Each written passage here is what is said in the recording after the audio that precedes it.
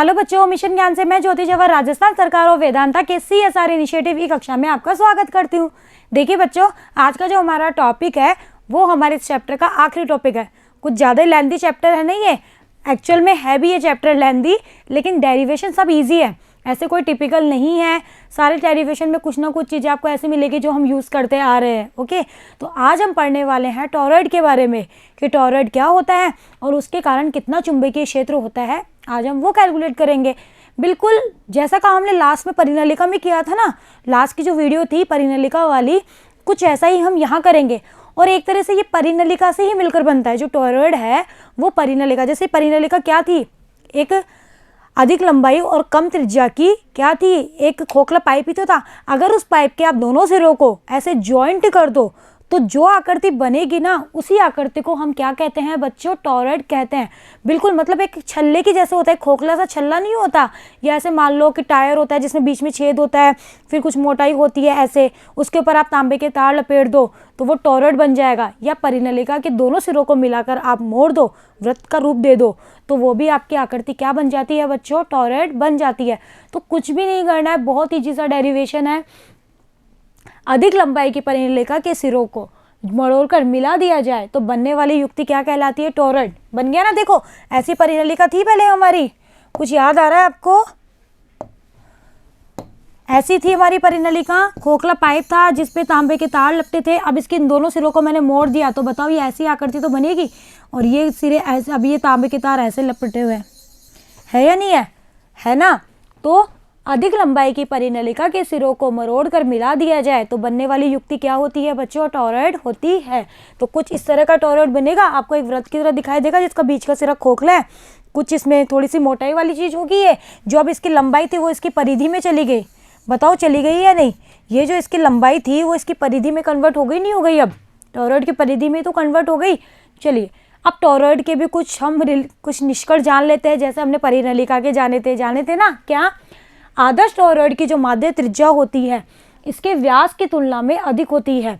अगर आप एक आदर्श टॉरॉयड की बात करो तो इसकी जो माध्य त्रिज्या निकलेगी वो इसके व्यास की तुलना में अधिक होती है। अब ये माध्य त्रिज्या क्या होती है, देखो ये ऐसे खोखला सा बनाना भाई, बीच में से खोखला, तो अगर इसका सेंटर ये है तो एक त्रिज्या तो इसकी ये होगी और एक त्रिज्या इसकी ये होगी।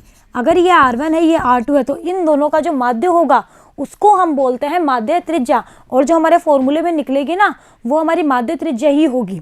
ओके, तो इन दोनों का जो माध्य होता है उसको हम माध्य त्रिज्या कहते हैं, जो इनके व्यास की तुलना में अधिक होती है।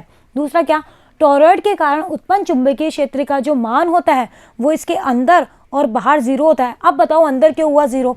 क्योंकि हमने परिनलिका को मोड़ दिया तो ये सिरा खोखला सिरा हुआ ना, तो यहाँ कोई क्या होगा, यहाँ पर कोई भी धारा होगी क्या? नहीं ना। और बाहर भी, इसके बाहर भी कोई बिंदु होता है, वहाँ पर भी इसका जो बी का मान होता है वो क्या होता है बच्चों, जीरो होता है। तो इसमें अंदर और बाहर जीरो होता है, केवल इसकी क्रोड पर होता है। ये इसकी क्रोड है, केवल इस पर हम बी कैलकुलेट करेंगे, बिल्कुल उतना ही आएगा जितना हमारा परिनलिका में आया था, सिर्फ एक छोटी सी चीज़ चेंज हो जाएगी, वो है स्मॉल एन की वैल्यू।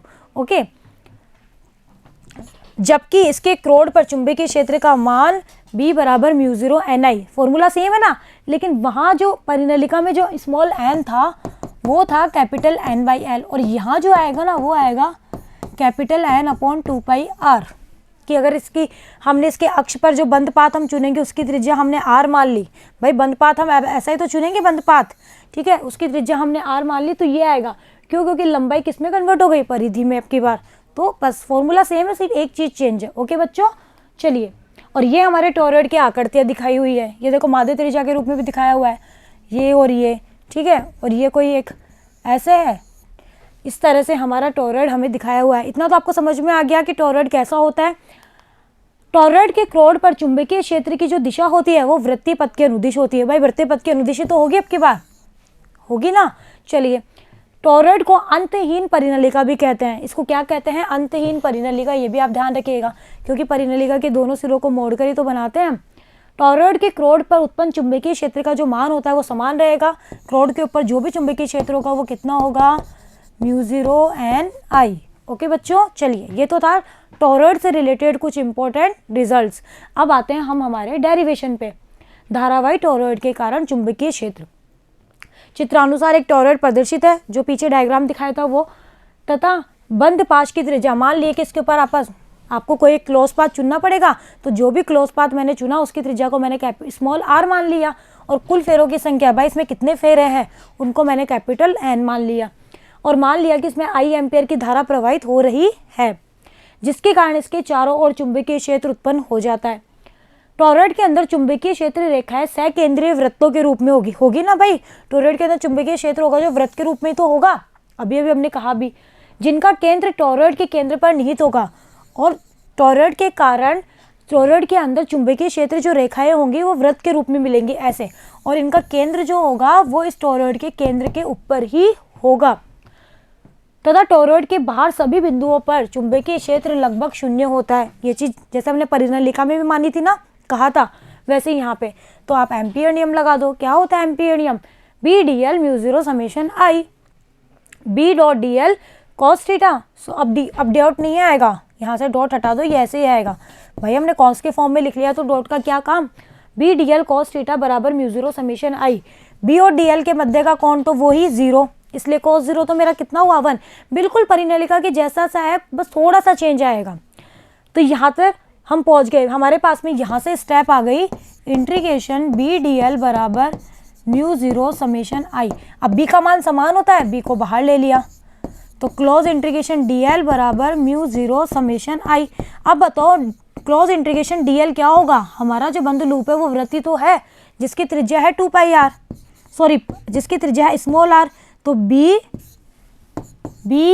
इंटू 2 पाई आर बराबर कितना आ गया?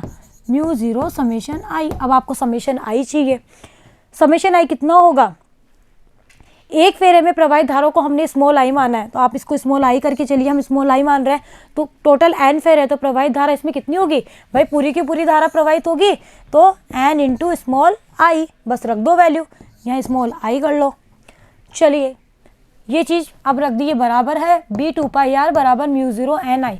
आप स्मॉल करिए क्योंकि हम स्मॉल लेके चल रहे हैं, आप शुरू से कैपिटल लेके चलो तो कैपिटल कर लेना, वो आपकी इच्छा है।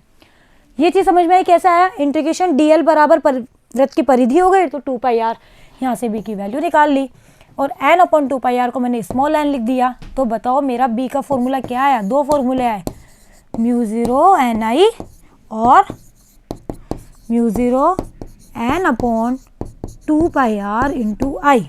आया नहीं आया? तो फॉर्मूले सेम थे, सिर्फ ये चीज़ फ़र्क आएगी। ओके, तो ये आ गए मेरे फॉर्मूले। जहाँ एन अपॉन 2 पाई आर को स्मॉल एन का है, तो ये आ गया मेरा बी, और एन अपॉन 2 पाई आर या स्मॉल एन को हम क्या कहेंगे? इकाई लंबाई में फेरों की संख्या। इकाई लंबाई में तो है भाई, लंबाई परिधि में कन्वर्ट हो गई अब, तो इकाई लंबाई में फेरों की संख्या, आई प्रवाहित धारा, म्यू नॉट निर्वात की पारगम्यता, सब कुछ नॉन से फैक्टर है, कुछ भी डिफरेंट नहीं है।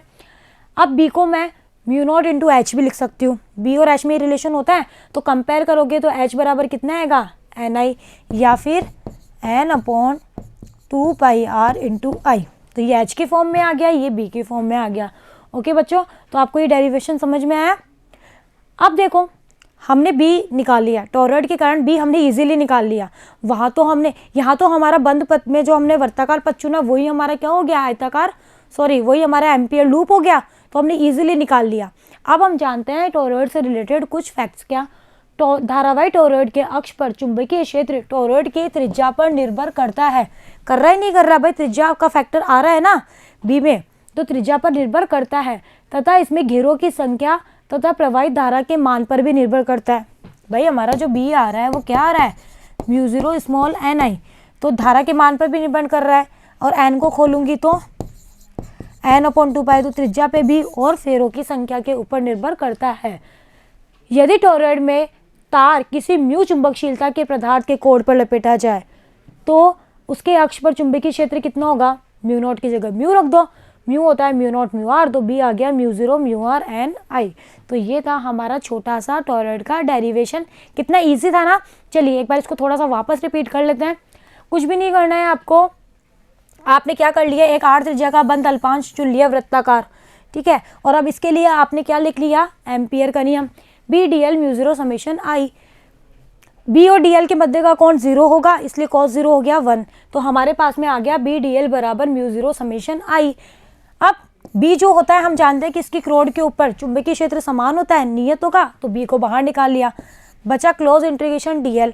क्लोज इंटीग्रेशन डीएल क्या होगा, इसकी परिधि तो कितनी है 2πr, और समेशन आई कितना होगा भाई, पूरी की पूरी धारा इसमें से प्रवाहित हो रही है, एक फेरे में से आई एम्पियर की धारा प्रवाहित होती है, तो कितने फेरे हैं, कैपिटल एन, तो एन इंटू आई बस। और अब इसको रख के बस सॉल्व भी तो किया है, तो और इजीली हमने ये फॉर्मूले निकाल लिए बी के फॉर्म में और एच की फॉर्म में। ओके बच्चों, तो इजी सा डेरिवेशन था और हमने बता दिया कि ये किस किस के ऊपर डिपेंड करता है। तो इसी के साथ ही हमारा जो ये चैप्टर है, जो इतना लेंथी सा चैप्टर था, वो हमारा कंप्लीट होता है।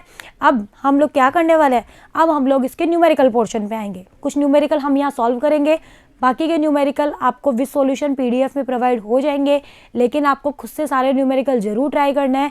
बहुत ईजी न्यूमेरिकल है, ऐसे कोई बहुत ज़्यादा टिपिकल नहीं है, बस आपको मेन चीज़ें आनी चाहिए, जैसे फ्लेमिंग रूल अच्छे से आना चाहिए, बी की डायरेक्शन निकालने वाले रूल अच्छे से आने चाहिए। ओके, फॉर्मूले आपको सारे याद होने चाहिए, ठीक है। ये सब चीज़ें अगर आपको आती है ना प्रॉपरली, तो आप लोग न्यूमेरिकल पोर्शन को बहुत अच्छे से कर सकते हैं। और अगर फॉर्मूले याद नहीं होंगे तो फिर तो न्यूमेरिकल हो ही नहीं सकते हैं। और छोटे बच्चों की तरह बुक के पेज पलट के फॉर्मूले मत देखा करिए, पहले फॉर्मूले को एक, जैसे ही आपका चैप्टर कंप्लीट होता है ना, तो आप लोग क्या करिए, जितने भी फॉर्मूले हमने निकाले हैं ना, उन सबको आप लोग चैप्टर के एंड में एक पेज पर लिख लो अलग से, और फिर उनको 2-4 बार रिवाइज करो, तो आपको ऑटोमेटिकली याद हो जाएंगे। फिर करो न्यूमेरिकल, और न्यूमेरिकल में भी आप याद करके फॉर्मूला लिखो, ठीक है। ऐसा नहीं कि आपने कॉपी में नोट्स में से देखा और लिख लिया, तो फिर तो आपको फॉर्मूले कभी याद होंगे ही नहीं। फिर आप मैच करो कि आपने फॉर्मूले में कहाँ गलती करी है। ओके बच्चों, तो बने रहिएगा मेरे साथ, मिलते हैं नेक्स्ट वीडियो में। Thank you.